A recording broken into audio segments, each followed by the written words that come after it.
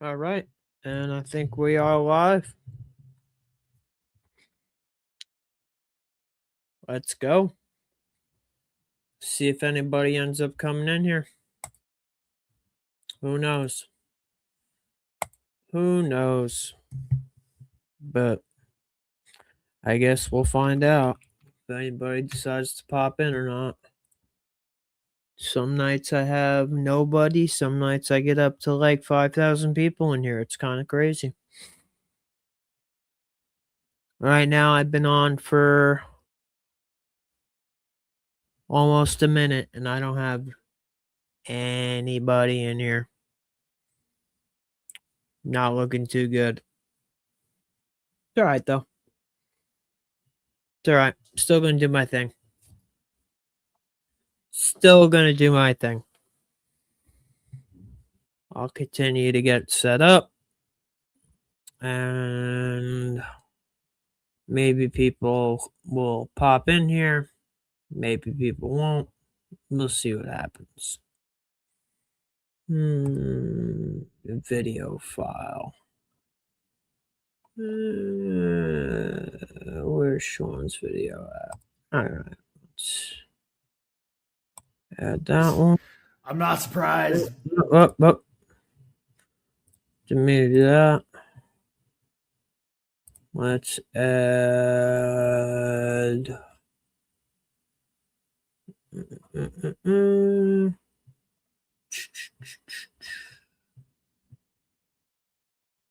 Bryce Mitchell. Let's add I'm that. not surprised at all. I mean, Pause that.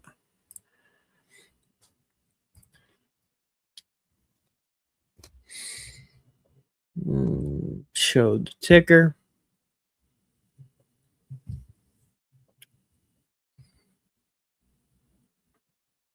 Media assets. Style. Let's change the color.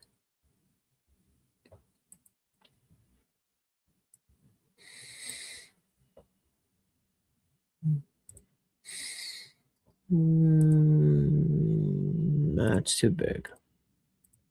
This is too big. Nah, maybe not.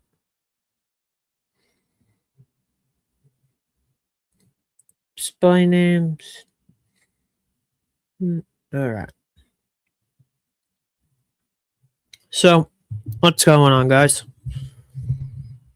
My name is Ricky. This is Free Our Republic. The name of the channel, I think, at this point, speaks for itself. Because at this point, I no longer believe that we live in a free country. I believe both sides of the aisle have been compromised by foreign governments, big lobbies, special interests, political PACs, mega donors, nonprofit organizations. Basically, I believe that America is selling its congressional seats to the highest bidder. And as long as this practice continues to happen, the American people will never be put first, because the millions and millions and millions of dollars that get thrown into our election system, that money doesn't come for free. That money comes with expectations, promises, backroom deals. And it's always for the people that threw the money into the election. It's never for the American people. And until that problem is fixed, I don't even think voting in this country matters. I believe that every election is going to the highest bidder at this point. And I think Thomas Massey's race is a prime example of that. $35 million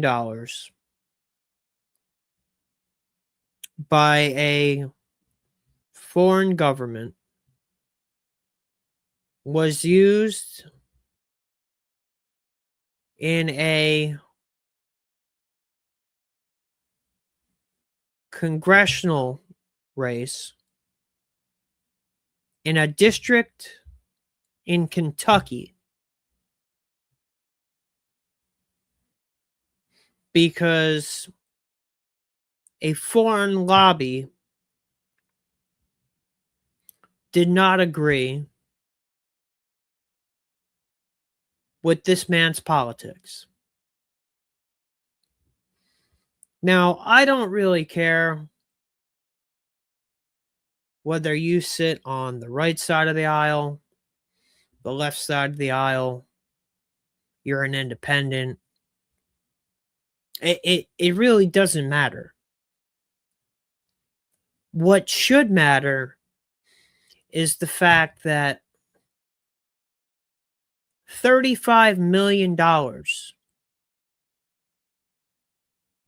was used to influence the election of an American congressman by a foreign entity.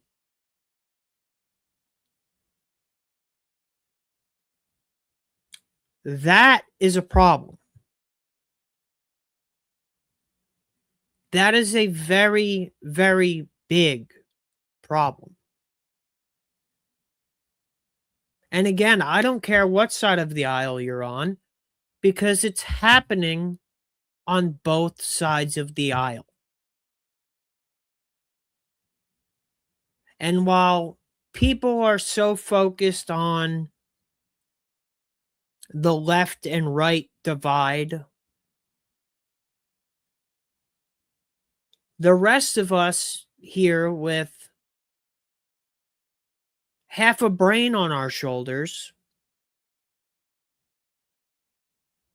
are screaming, trying to wake you guys up to the fact that it's not left versus right anymore. It's top versus bottom. And they are using the left and right narrative to keep us divided. Because as long as we are looking at our neighbors, we are not looking at the source of the problem, which is every politician sitting in Washington right now. And if we don't do something and find common ground with our neighbor that we've been taught to hate because they have a different political party than us, before you know it, we're not going to have a country left. And there's not going to be anything left to defend or to unite around. The left and the right need to somehow find some kind of common ground to stand on so we can move in a direction as one. Because as long as the divide continues in this country, nothing will ever get done. Period. End of story. And this is coming from somebody that voted for Trump 3 times.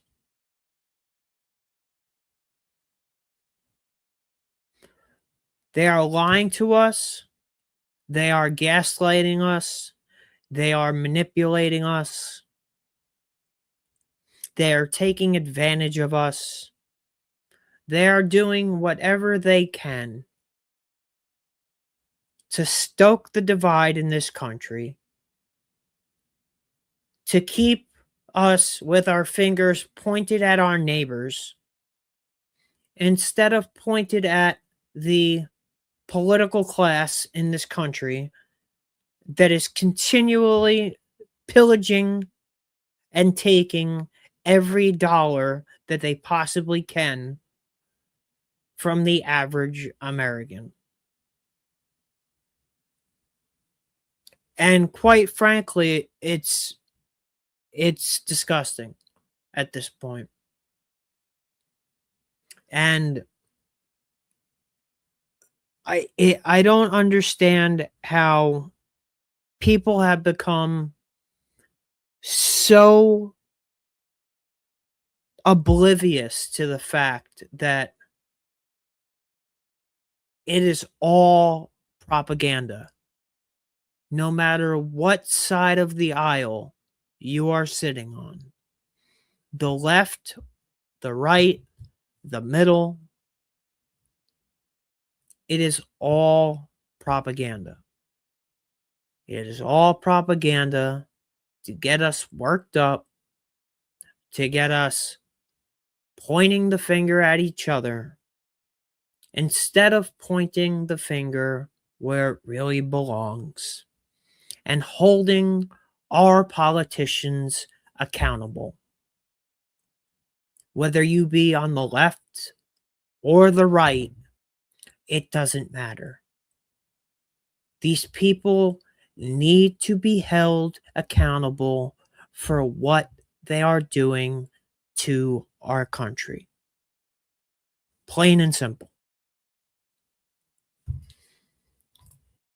So, what do I want to talk about tonight? How about we talk about Sean Strickland being banned from UFC 250 at the White House for not only being critical of the Trump administration, but because of his criticism of our greatest ally. And if you don't know who Sean Strickland is, it's okay. I will explain it to you. Sean is the middleweight champion of the UFC and the only current American champion on the roster. About 2 days ago, Sean received a call from the higher ups at UFC, and he was told that he did not pass the security assessment for the event at the White House, and his tickets would be revoked. So the only American UFC champion is not allowed at the White House for using his First Amendment right and speaking out against not even his own country, but a foreign country. So let me just play you Sean's apology, because if you haven't seen it, it's pretty funny. Got the call. I got the call. Hold on 1 second. All right, here we go. The UFC higher ups called me, the big names. And they said, Sean, I gotta apologize, but you're not Israeli enough to go to UFC 250 Israel edition. The White House didn't clear you, and I'm not really surprised. I'm not really surprised. So, I think moving forward, I would like to just apologize to Israel. I'd like to say I'm sorry, you know. I'd like to apologize to Trump, and I just want to prove that I'm Israeli enough for you guys. Like, for instance, you know, whenever the list like disappeared and Trump goes out there and says to everybody that he can't really go into it because people that by association will get prosecuted and like their names will be tarnished. I want to apologize because, you know, I don't want them to be prosecuted. You know what he means by that, right? That he doesn't want them to be prosecuted. I don't know if anybody has caught on to that yet, but no, he doesn't want them to be prosecuted. I think he's got a wood chipper that he would rather use.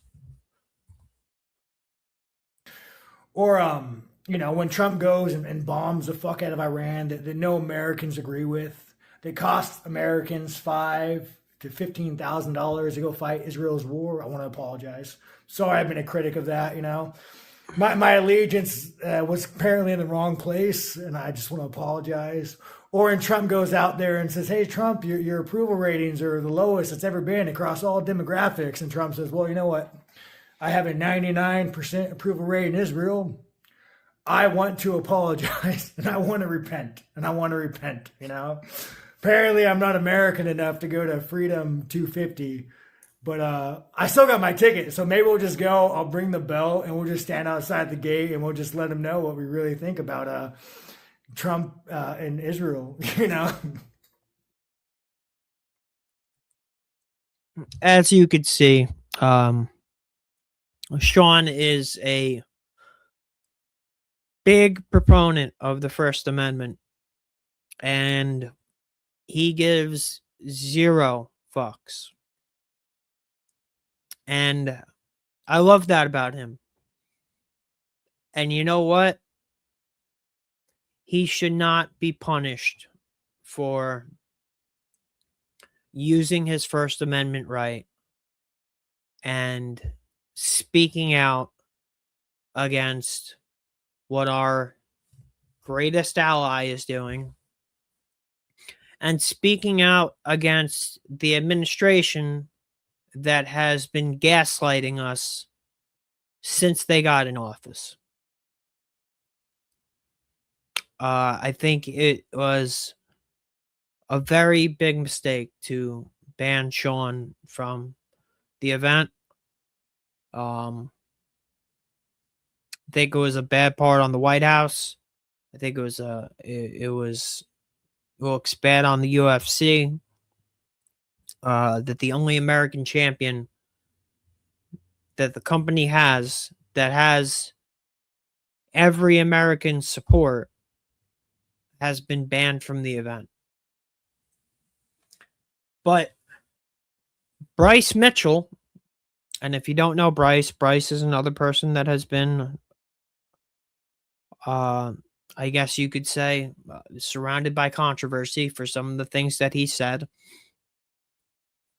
had one of the most eloquent responses to what he thought about Sean being banned from the White House and the UFC event taking place at the White House in general.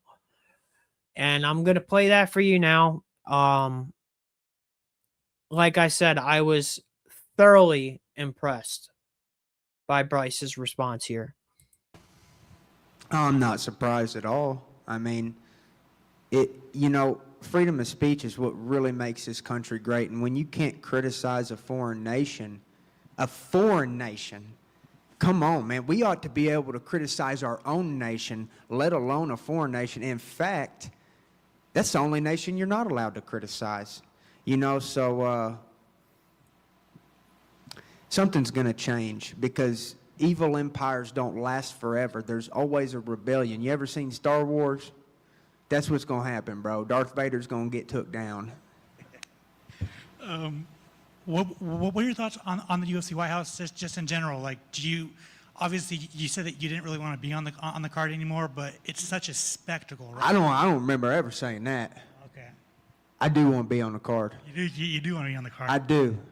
And this is what I got to say. First off, I ain't jealous of any of those fighters. I am so happy for those fighters. I don't think you could have got a better main event. I'm happy for every single last fighter on that card. If they need me to fill in, if I'm healthy, hey, I'll do it. For the UFC, I think it's great. It's beyond great. It's literally the perfect scenario.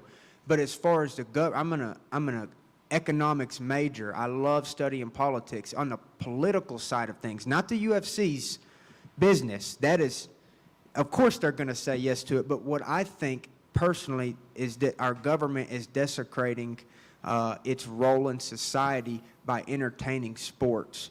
Our government is to protect and serve the people, and really should be as minimal as possible. And when you're doing all of this stuff, hosting sporting events, it's really outside of what the goal of the government was intended to be, because our tax dollars and resources are funding this operation.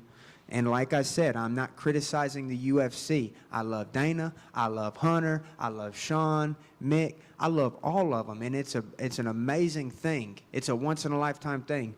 But the government should never be hosting sporting events, because there's more room for corruption, and we already have a corrupted government. And so that's my thoughts on it, is that the government is supposed to protect us, not entertain us. Well, thank you for that information. Now, I'm going to be perfectly honest. That was probably one of the most insightful and well thought answers that anybody could have given to that question. He is 100% right in the fact that we should be able to criticize our own nation, let alone another nation. And they are, in fact, the only nation that you are not allowed to criticize. And if you do, you are labeled an anti-something. But the fact is, there is a difference between a government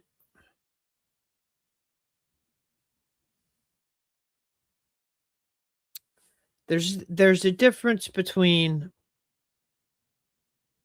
a political party, a government, a religion,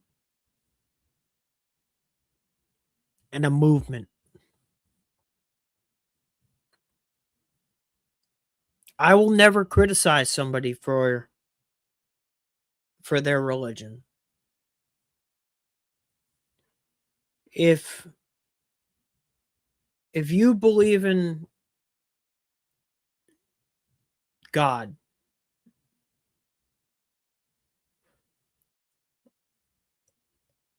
I will never trash somebody for their belief system. I don't care if you're Jewish. I don't care if you're Muslim. I don't care if you're Indian. Somebody's relationship with God is their relationship with God. But saying that the criticism of a foreign government is the same as the criticism of a religion is total bullshit. Saying that criticizing the movement that starts with a Z is the same thing as criticizing the religion that starts with a J is bullshit. They are not the same. But they play this game where if you criticize one, it's the same as criticizing all, which is why people are afraid to criticize any of it, because they are afraid of the label that will get put on them. It's a lot like when Trump was running for his first term, and the people who supported him had to hide it. Nobody wanted to let anybody know they were a Trump supporter because they were afraid they were going to get fired. So there was a silent Trump vote the first time he ran. And that's why he won, because of the silent vote. Because people truly felt that way, but were afraid to express themselves. And the similarities between the first Trump election and what's going on now with the government of our greatest ally and the movement within that government and the religion that has to do with that government, they are causing the hatred to come their way. And I almost wonder if it isn't on purpose.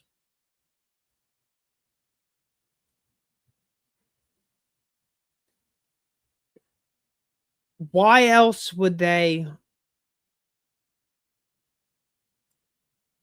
continually call somebody an anti whatever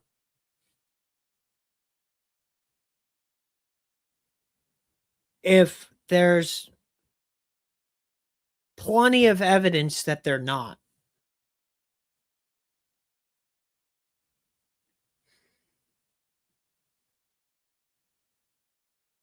I really think it's done on purpose. And I really think the war with Iran,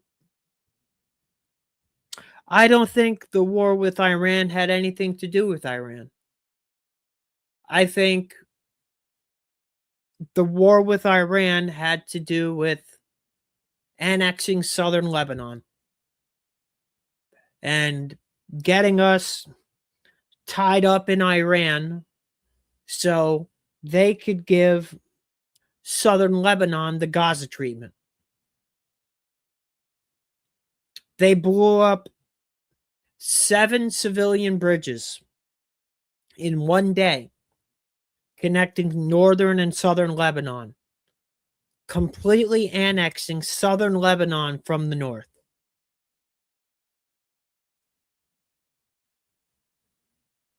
But nobody hears anything about that. One, because our news doesn't cover it. And two, because we're so focused on Iran that the news doesn't cover what's going on anywhere else. So they can make a play on southern Lebanon. They're not going to hit there's going to be no defenses,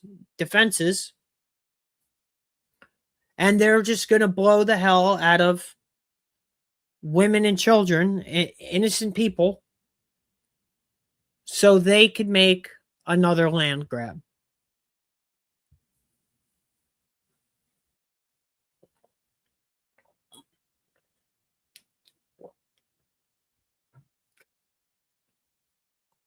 I don't understand how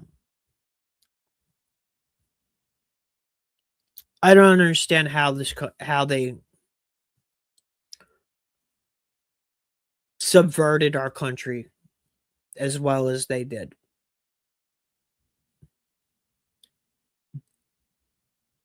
But they did a fantastic job of doing it.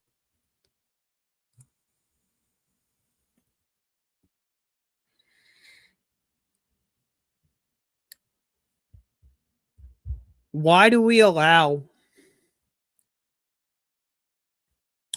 dual citizens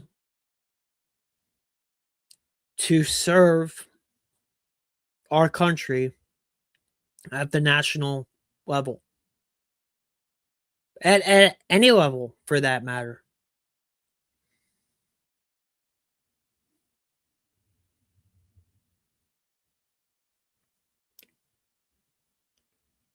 How much more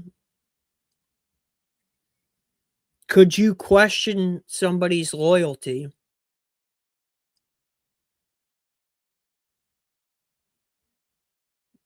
if they already have a citizenship to another country?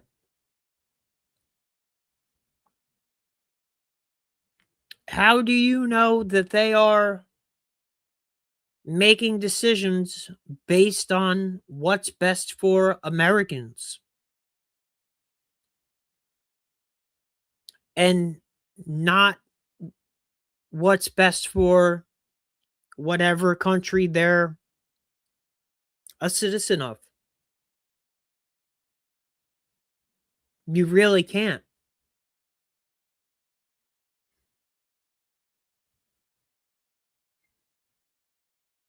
But when that country allows birthright citizenship,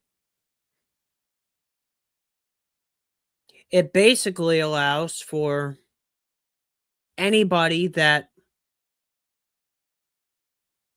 follows that religion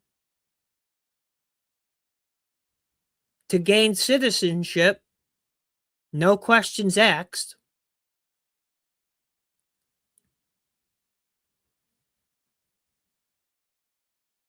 And our government somehow is perfectly fine with that. And if you're not fine with that, you get labeled.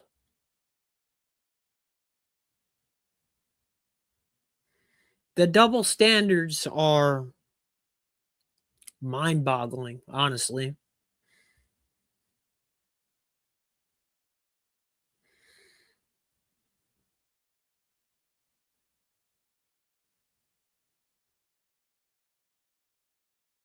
They have completely subverted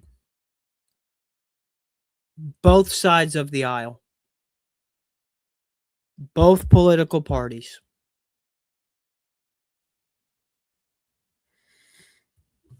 You guys want to see an interesting statistic? Let me share my screen real quick.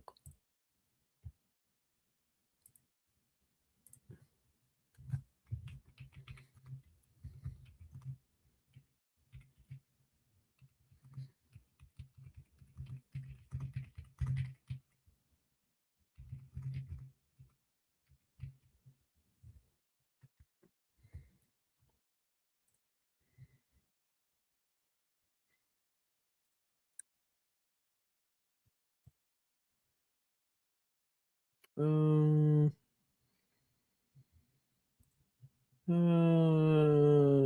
do I zoom in a little bit?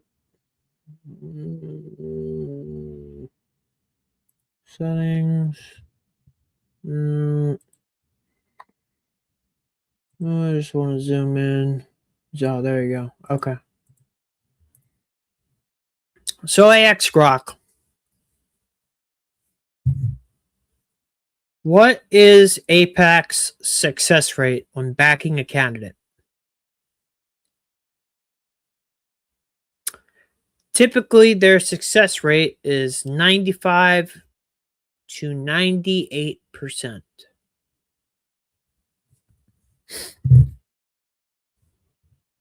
So 98% of the time,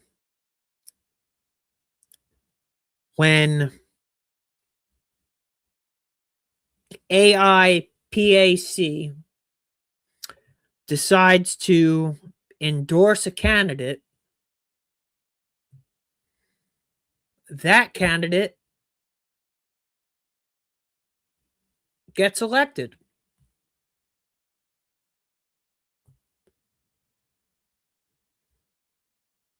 So let's go with 98% of the time. If their candidate gets elected 98% of the time,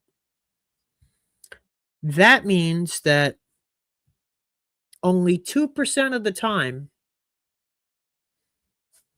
the American voters disagreed with them and got their candidate elected instead.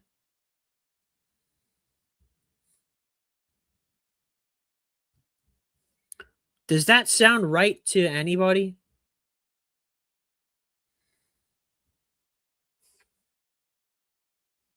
Because to me, if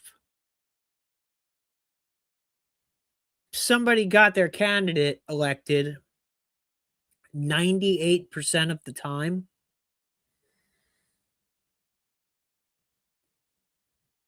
I would think that voting really doesn't matter.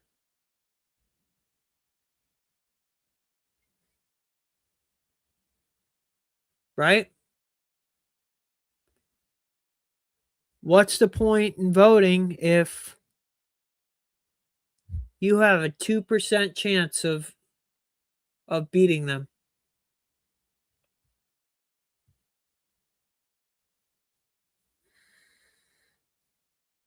How the fuck did we let this happen to our country?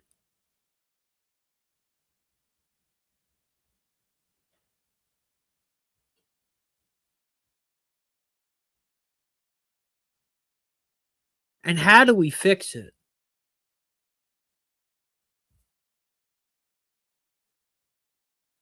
How do we fix this without something very, very bad happening?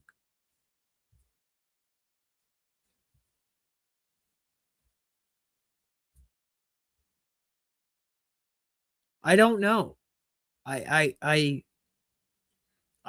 don't have an answer to that. And it's honestly kind of scary when you think about it.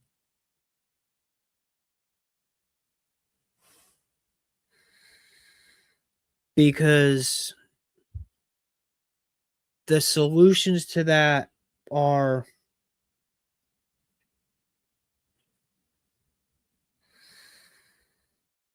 I don't know, man. Like I don't it's nothing good. That's for sure. It's nothing good. But what's going to happen is the American people are going to get pushed only so far. And finally, the tension on that rubber band is going to snap. And when the tension on that rubber band snaps,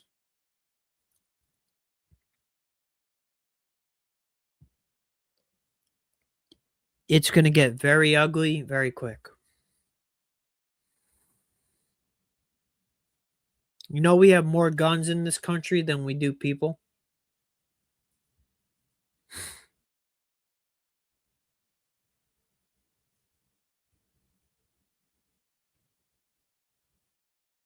And you know, the majority of those guns are owned by people on the right.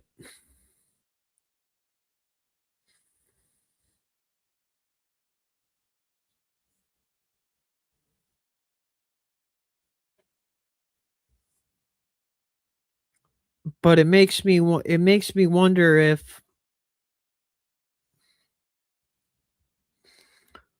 that's not the whole plan in the first place.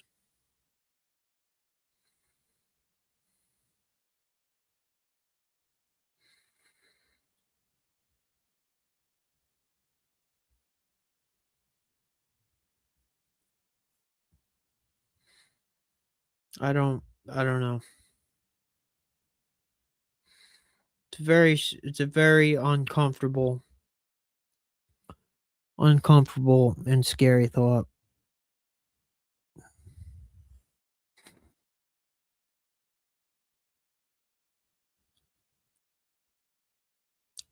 But something's got to give. Something has to give.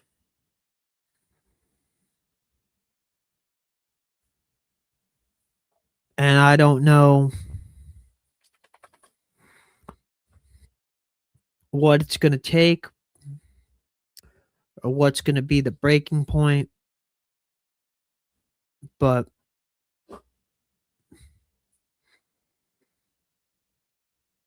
the American people have been gaslit and psyoped more over the last 2 years than I think they ever have. And they're not working anymore. Too many people have woken up to the fact that none of the stories that the government tells us make sense.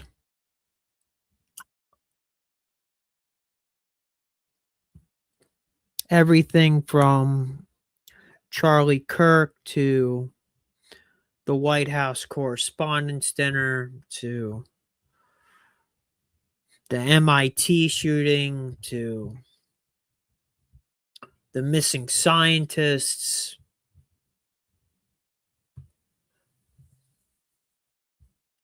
None of these stories make sense.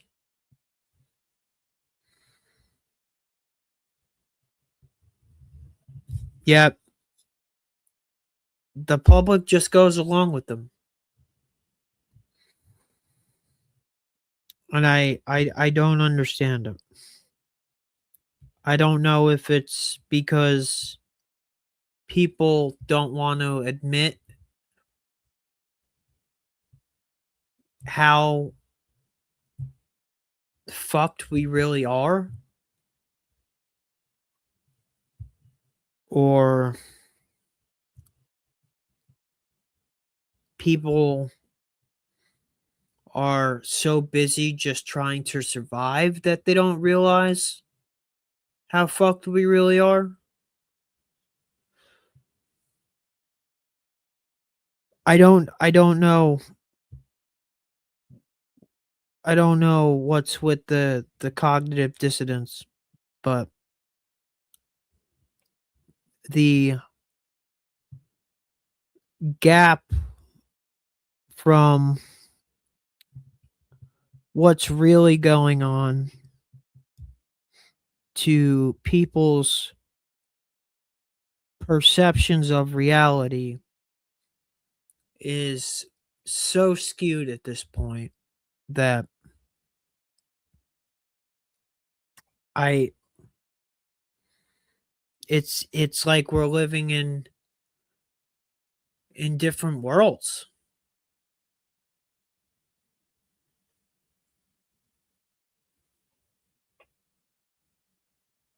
And I think that's probably the biggest psyop of them all. Unfortunately.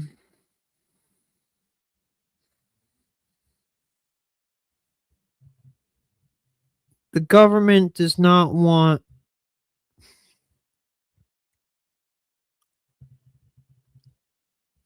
us taking care of each other. And the last thing the government wants is for the American people to unite around a single cause.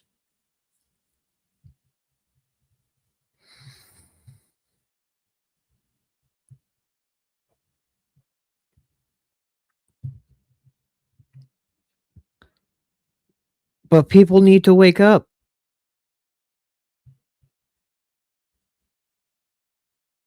People need to realize that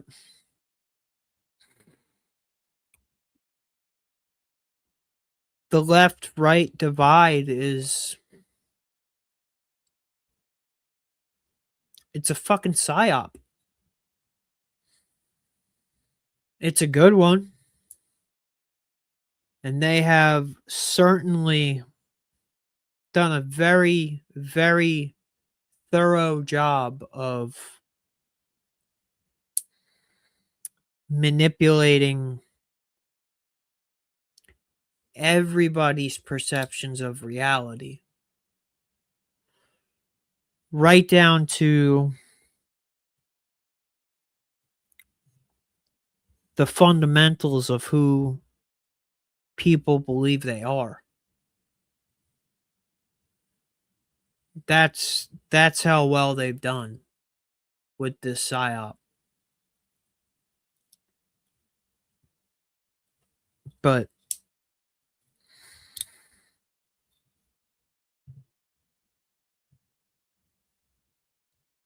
it's all bullshit. It's all bullshit. Whether you are a Democrat or a Republican or an independent or a progressive, you're a fucking American.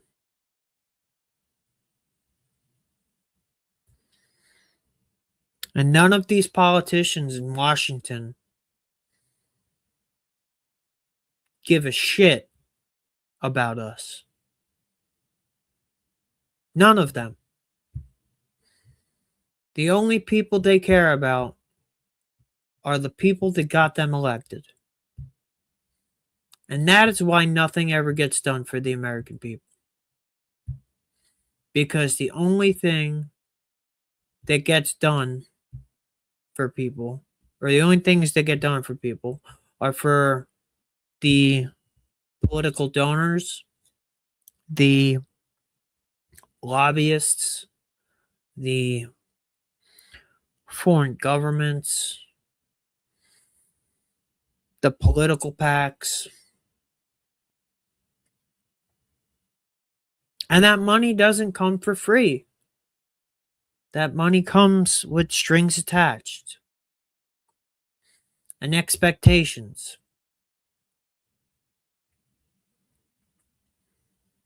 And these people want to stay in office. So they're going to do what they have to do to stay in office. It's not about helping the average American. I don't think it's been about helping the average American probably since Kennedy.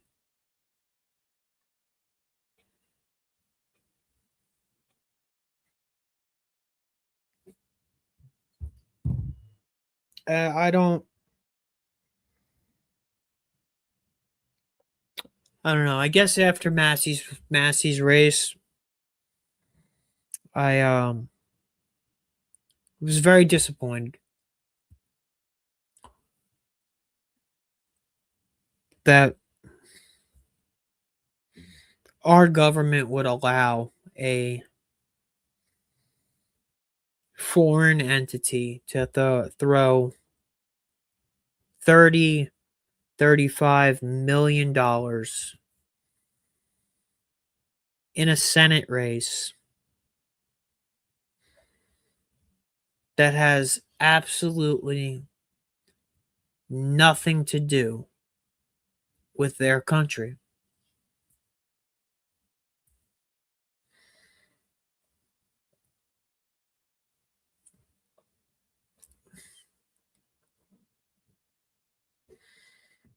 And I don't know if the problem is fixable.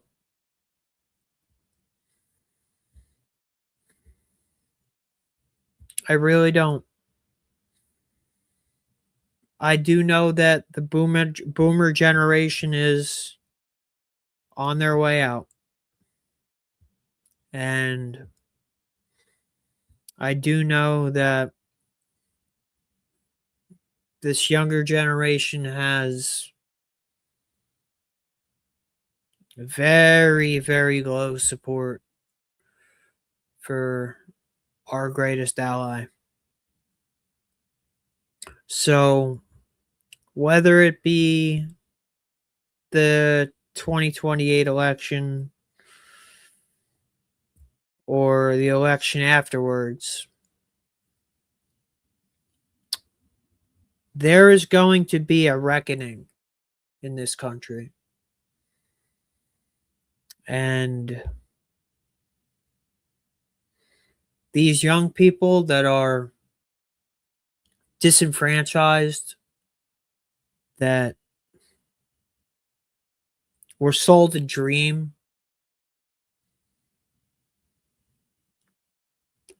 and are going to have absolutely nothing,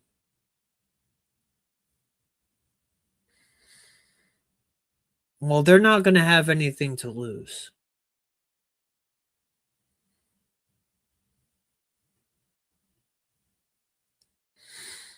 And when that time comes, it's going to be a real scary time in this country. Because I know, because I've been there, when somebody has nothing to lose, they are liable to do anything.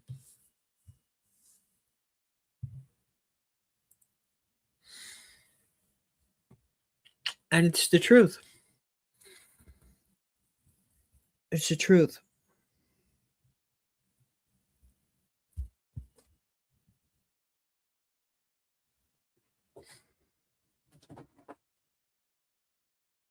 They are liable to do anything.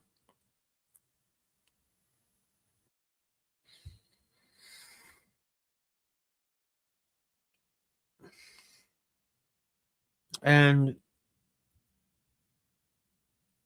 nobody wants to see a violent revolution happen in this country. Because I don't really think many people realize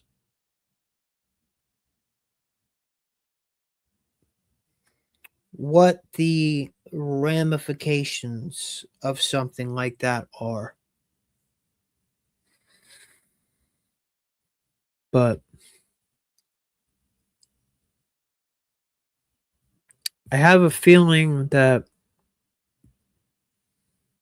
we're going to find out what the ramifications of that are. There are a lot of angry,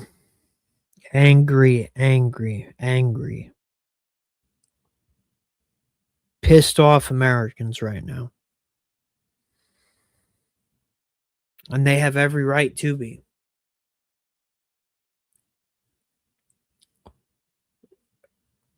My concern is for when that spark flies,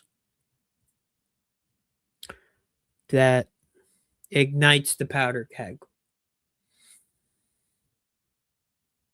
Because if the left and the right don't find common ground before then, it's going to be a war of left versus right. And that's not the direction that it should be headed. if the left and the right don't find common ground, we'll be pointing at our neighbors rather than pointing at the politicians that did this to our country.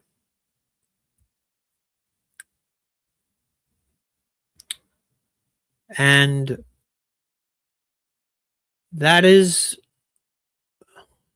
the message that I will continue to try to spread in my own way.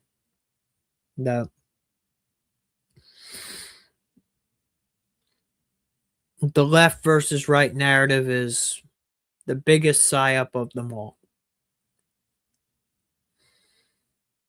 And they have indoctrinated 80% of the country to believe that it's left versus right. When both sides of the aisle just do the same thing. They sell their seats to the highest bidders.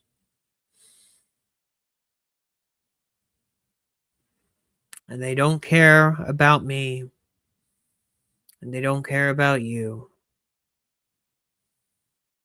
They don't care whether we live, we die, we have homes, we're on the streets.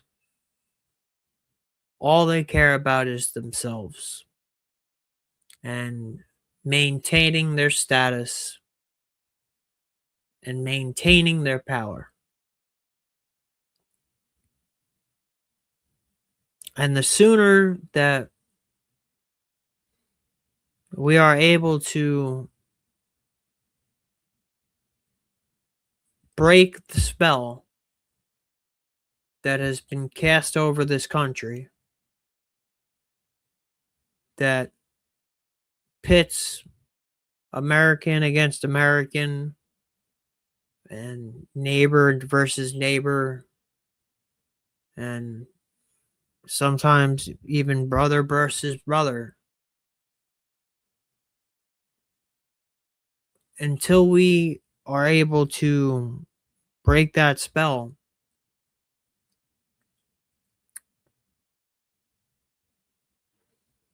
our frustrations are going to continue to be taken out on the wrong people.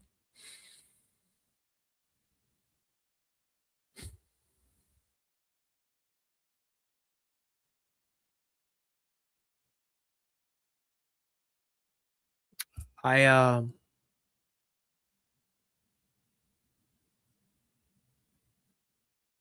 don't want that. I don't think any of us do. Well, some people do, but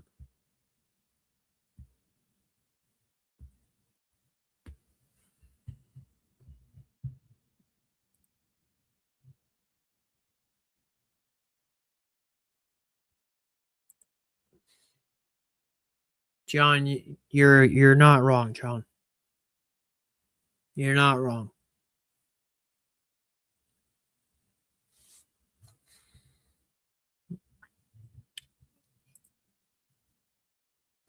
And that's another part of the reason that I think that the left versus right narrative is so important, because they know that the dollar's collapsing. They know that we're $40 trillion in debt. They know that there's no way for us to get out of it. They know that things are going to get a lot worse in this country before they get better. And they are going to do everything in their power to keep us fighting with each other rather than us looking to them. Because when shit does pop off and that spark ignites the powder keg, will be going after each other instead of going after them. And I think that is the biggest psyop of them all. And it's crazy that when I talk to people who are in the MAGA cult and I criticize the administration, I get labeled a lefty, a libtard, a Democrat, a traitor. They're calling me all these names, and my policies are further right than what theirs are. But because they've been so indoctrinated, the only thing they know how to call me is a libtard or a Democrat or whatever other fucking names they have for Democrats. And when I talk to Democrats, I get called a racist and a bigot and an anti whatever, and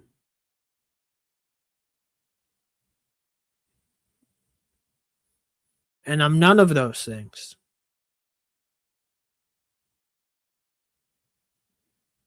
I'm an American that cares about the future of our country.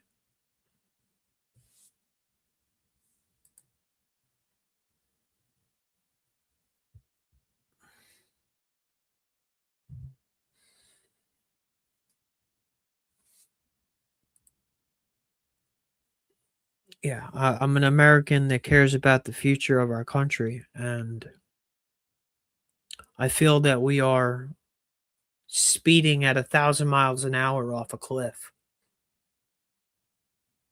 And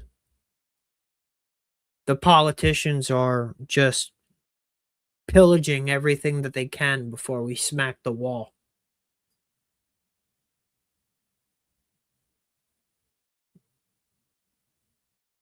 And I don't know how we stop it from happening. I feel like I'm watching it happen in slow motion.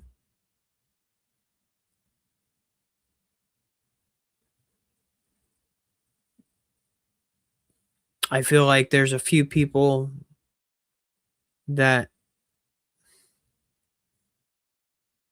have voices that are big enough to reach some people, but I don't really think people listen anymore.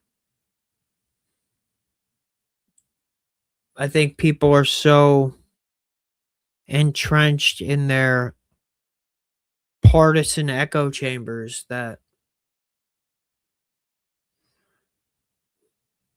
they won't listen to somebody that has different views than them because they consider them evil or an anti whatever or a liberal or a Democrat or whatever.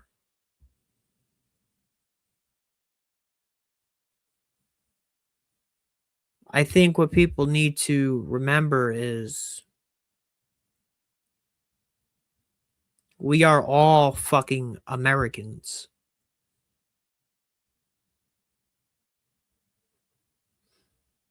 You know, I live in New Jersey, and I was in 7th grade when 9/11 happened.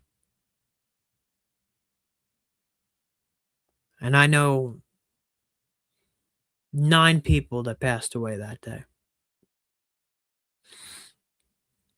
And all of those people were parents of my friends.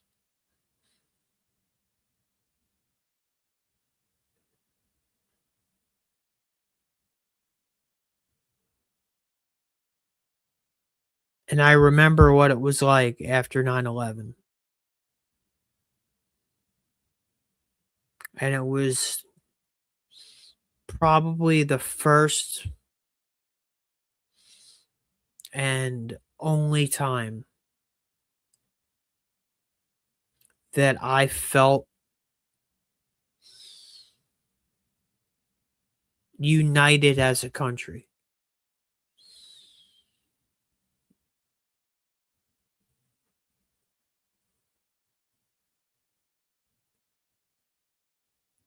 And it didn't last long because we went into Iraq and started losing friends to the war, started losing friends to drugs and overdoses, and the partisan politics came back quick. But for that short period of time, there was no left and right. We were all Americans, and we were all fighting for a single cause.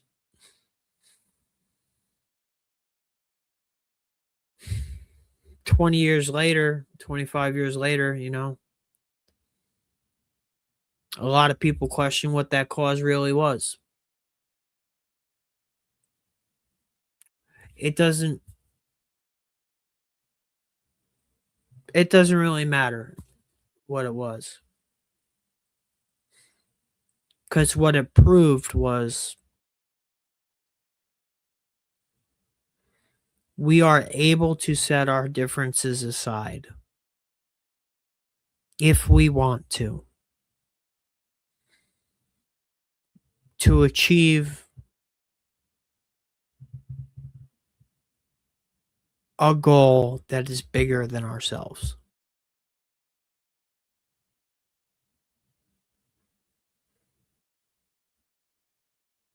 And that is what we are going to need to do if we want any chance of saving anything that resembles a country.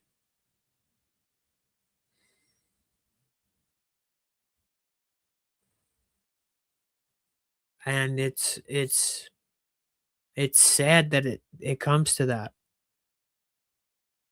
It's sad that it comes to that. That I'm almost 40 years old and I can only remember one time in my life where partisan politics didn't matter. And it was 9/11. And they have been keeping us divided ever since.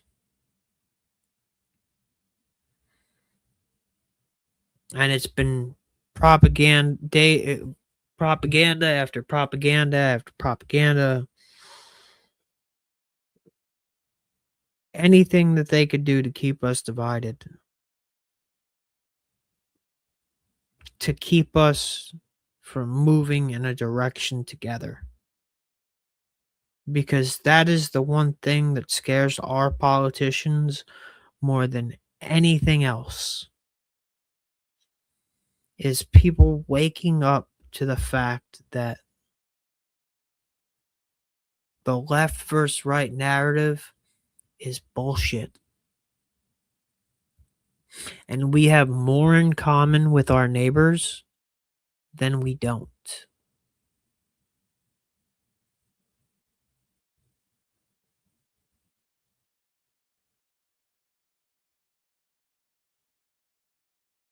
But they have been doing such a good job at keeping us divided and keeping the psyop going and finding things to focus on for that they know will rile people up and irritate people, and people won't budge on, and it's all by design.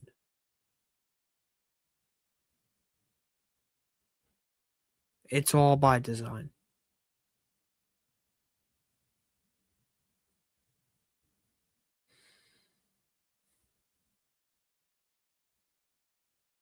I don't.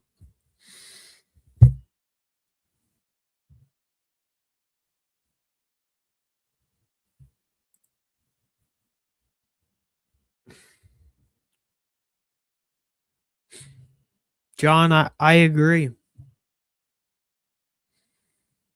I agree.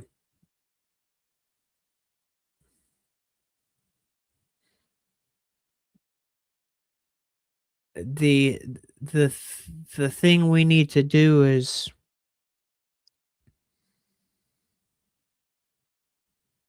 we need to start talking to each other again. Because if the left and the right don't start talking and start making progress towards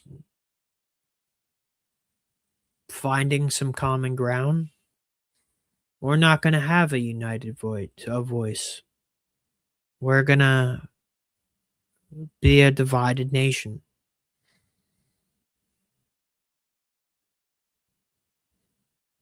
You know, the Democrats are going to play identity politics. It works really well for them. And identity politics is just another way to keep us divided.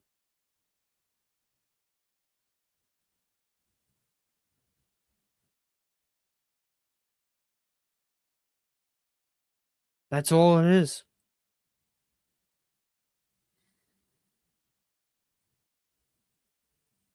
These are just tools to keep us divided.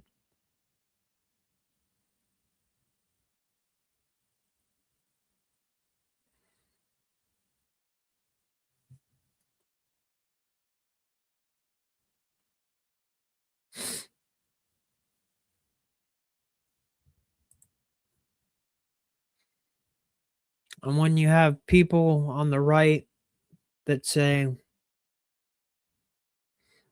I can never vote for a Democrat, I won't do it. I'll never do it. And you got people on the left saying, I'll never vote for a Republican. I'll never do it. Well, guess what? Who does that do anything for? It doesn't do anything for any of us.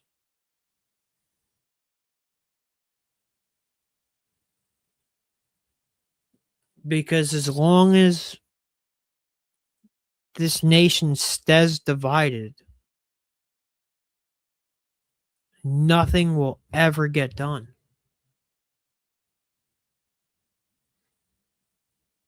Ever.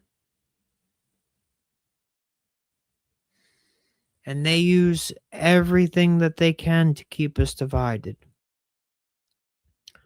They use religion, people's sexuality, people's race, the economy, social programs, abortion, gay marriage.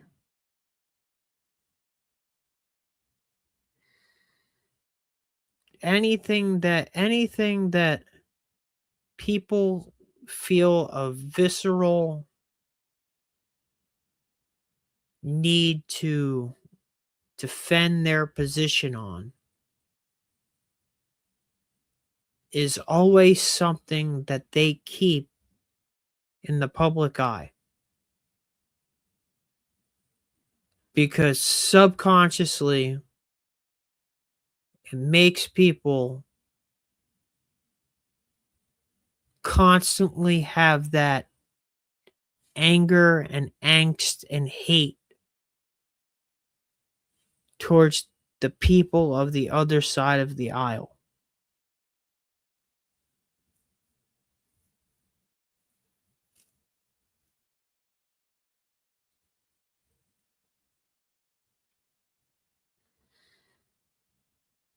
And if we don't do something soon,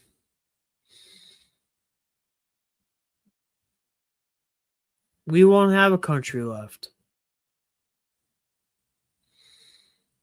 State Street, Vanguard, BlackRock,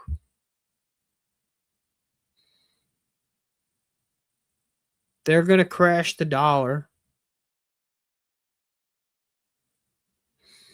And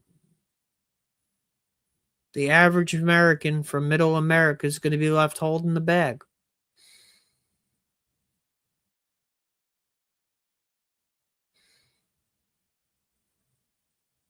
Then what happens?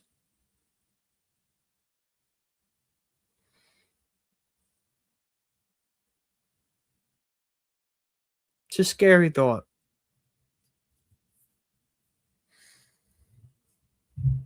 It's a scary thought.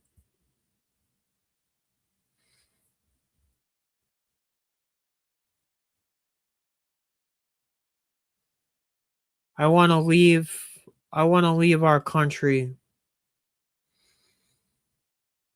better than the way I found it.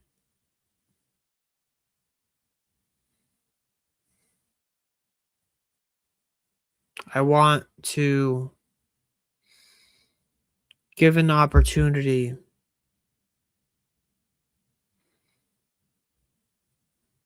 for the kids that we have to have a better life than we had.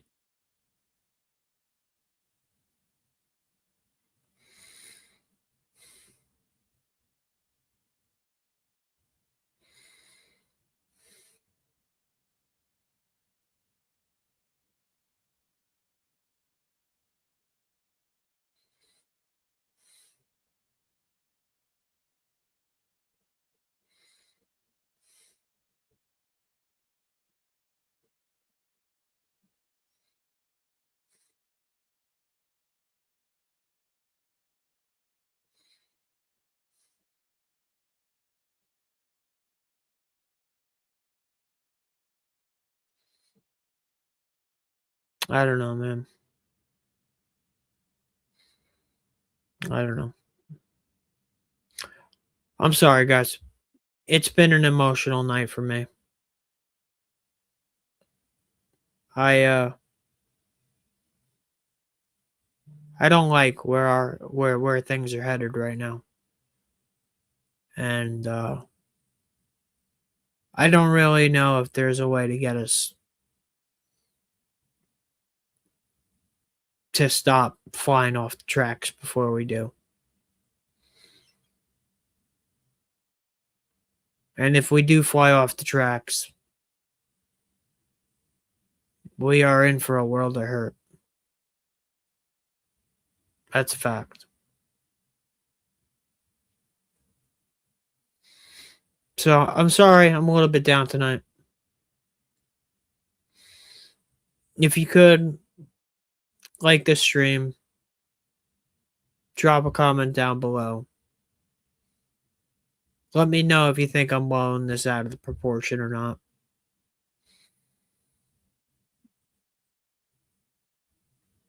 And just, yeah. I'm Ricky. This is Free Our Republic. Because we are most definitely not a sovereign nation anymore. And I think tomorrow I'm going to start live streaming around 1 in the afternoon. From like 1 to 3. Covering the day's current events. So that's my game plan for right now. You guys have a good night. Like the video, subscribe to the channel, hit the notification bell, and I will see you guys tomorrow. Hope everybody has a good night.